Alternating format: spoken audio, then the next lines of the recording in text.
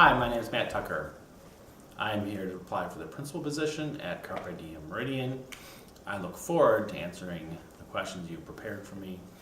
Question number 1, what experience do you have with urban school leadership and administration, and what is your leadership style?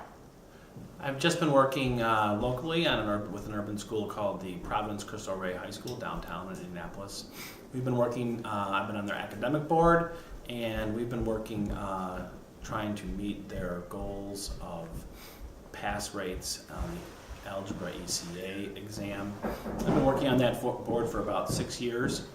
The first 12 years I was teaching, I taught at the Evanston Public School Districts at a school called Nichols Middle School, which was 1/3 African American, 1/3 Latino, and 1/3 Caucasian.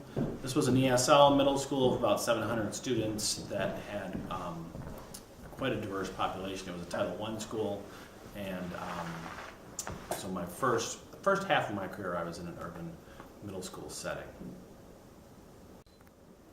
And can you tell us about your leadership style?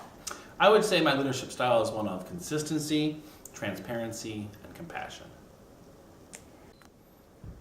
Okay, question 2 is, the first part of the question is, what is your plan for communicating with parents and students? I want parents and students to be able to approach me, so I want to get to know them and invite them to some social gatherings, whether it be like a barbecue before the school year started or breakfast where students or parents could come in and meet me in a casual setting and where I was approachable, so we can all get working on the same team. I want parents to feel that they can email me or call me with their concerns. I want to be very visible and also around for students to let them know what their concerns are for their best educational path that they're on.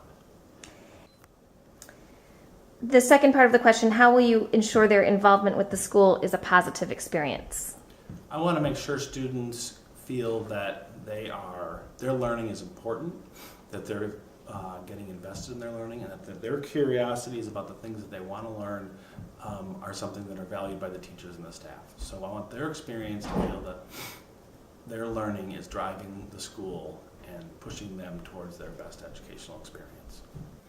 Okay, question 3, what are your educational values? I think it's extremely important for students to have an intrinsic desire to learn and to nurture that feeling within students and staff. That's a big piece of what education is all about. Another value, coming from a math background, I think problem solving, innovation, and critical thinking are all very important components to every lesson that goes on within a school. I also come from an art background, and I think creativity is another big educational component that should be valued within every lesson in every school. Question 4, how do you cope with frustration? One big thing I think is important is not to isolate myself. I don't isolate myself within the school community. I want to be a part of a team. I try to put good people around me and approach the challenges that we face as a team. Question 5, it's 2 parts. The first part is, what is your ideal discipline structure?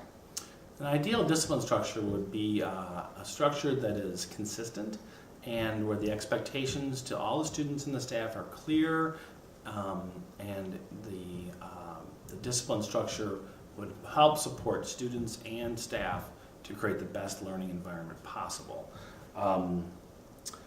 I think each student is going to bring their own unique problems into the building, so you need a structure around it, but you're going to have to deal with each individual student, because each individual student is going to bring their own problems academically and behaviorally. The second part of the question is, what are your thoughts on publicly humiliating students? That should not happen. It's bullying.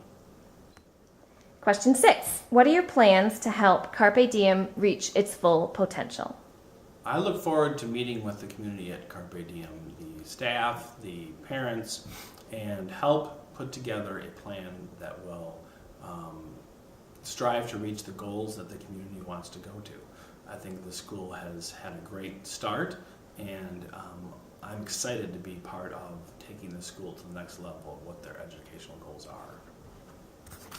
Question 7 is a scenario. A high-performing and well-behaved student commits the same offense that a student with behavior struggles commits. How do you ensure that each student receives a fair and consistent consequence? Well, each student needs to have the same consequence. We have to be consistent.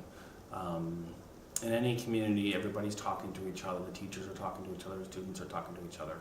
And they realize that the expectations at some level have to be consistent. And in dealing with discipline problems, this would be a situation where both the students would need to have the same consequence. Now, one of the ways you can do this is to show them the policy that I'm sure Carpe Diem already has put together as far as which consequences would be given for whatever offense. So letting the policy that the community put together show that the students aren't each going to get the same consequence. Question 8. Do you believe in justice over mercy or mercy over justice, and why? I believe in mercy over justice. I believe that every person wants to do the right thing. Everybody makes bad decisions and get themselves into trouble, but I feel that we all should be respected for what we bring to the table, and that we deserve a second chance. Question 9. How would you ensure that a variety of students' voices are heard and their feedback is valued? I think this is really important to a school culture. I think students need to be heard. One of the things I do right now is I send out Google surveys, and I can get data that supports what they're thinking and what they want from their educational experiences. I think that would be one component that could be used. I also think there should be a time during the week where students, whether it be an advisory time or like a homeroom time, that is more student-driven, where students are discussing their educational concerns, what's going on with them, and where they have a little say in what they want from their schooling. The last question, number 10. How would you deal with a student-teacher disagreement to ensure that both parties are treated fairly? Well, as an administrator, I think it's first important for the teachers to realize that I'm there to support them, both in dealing with parents and in dealing with students. So I want to develop those relationships first and foremost. When a particular issue comes up like this, like you're talking about, I think it's important that I make the teacher aware that when we sit down, we're going to figure out what is best for the student. How do we best resolve the situation for the student so that the student can learn from it, go on, and continue in the school in a positive way. So that's the ultimate goal. I think as an administrator, the hard part will be sitting down and figuring out how to get over whatever differences they have and move past that to figure out the solution, which is the best scenario for that student. All right, well, thank you for having me answer those questions. I look forward to this process continuing. I would like to come and walk through the halls of Carpe Diem Meridian and see the innovative education taking place. I think Carpe Diem is on the cutting edge of education transitioning in this country from one that has a technology component, but also still works with the entire student, not just a computer-driven education. Well, thank you for having me, and I look forward to seeing you.